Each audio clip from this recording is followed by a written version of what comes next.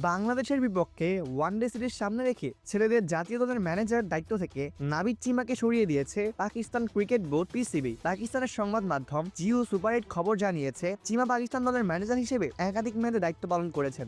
গত বছর এশিয়া কাপেও পাকিস্তান দলের ম্যানেজারের দায়িত্বে ছিলেন তিনি। এই টুর্নামেন্টে পাকিস্তানের খেলোয়াড়দের সঙ্গে ভারতের খেলোয়াড়রা হাত না মেলানোর তুমুল বিতর্কও হয়েছিল। তবে এবার তিনি দলের সঙ্গে বাংলাদেশ সফরে আর আসবেন না। জিও সুপার জানিয়েছে, ইরতাজা কুলাইনকে চিমার স্থলাভিষিক্ত করা হবে। ইরতাজা 18তম গ্রেডের একজন পুলিশ কর্মকর্তা। 2 বছর আগে পিসিবিতে যোগ দেওয়ার পর কুমার জাতীয় দলের নিরাপত্তা ব্যবস্থা হিসেবে দায়িত্ব পালন করেছেন। বাংলাদেশ সফরে প্রথমবারের মতো নিরাপত্তা কর্মকর্তা হিসেবে পাকিস্তান দলের সাথে থাকবেন সালমান লিয়াকত। পিসিবি আরও জানিয়েছে, দলের বিদেশি কোচিং সদস্যদের সরাসরি ঢাকা স্কোয়াডের সঙ্গে যোগ দেবেন। বাংলাদেশ সফরে আসার আগে 2 দিনের একটি অনুশীলন ক্যাম্পে অংশ নেবে পাকিস্তান জাতীয় দল।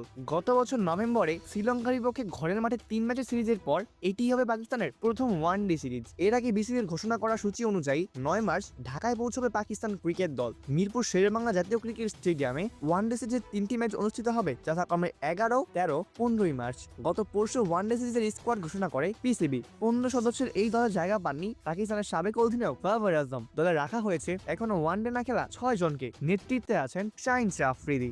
অপূর্ব দাস, প্লেবাস্ট নিউজ।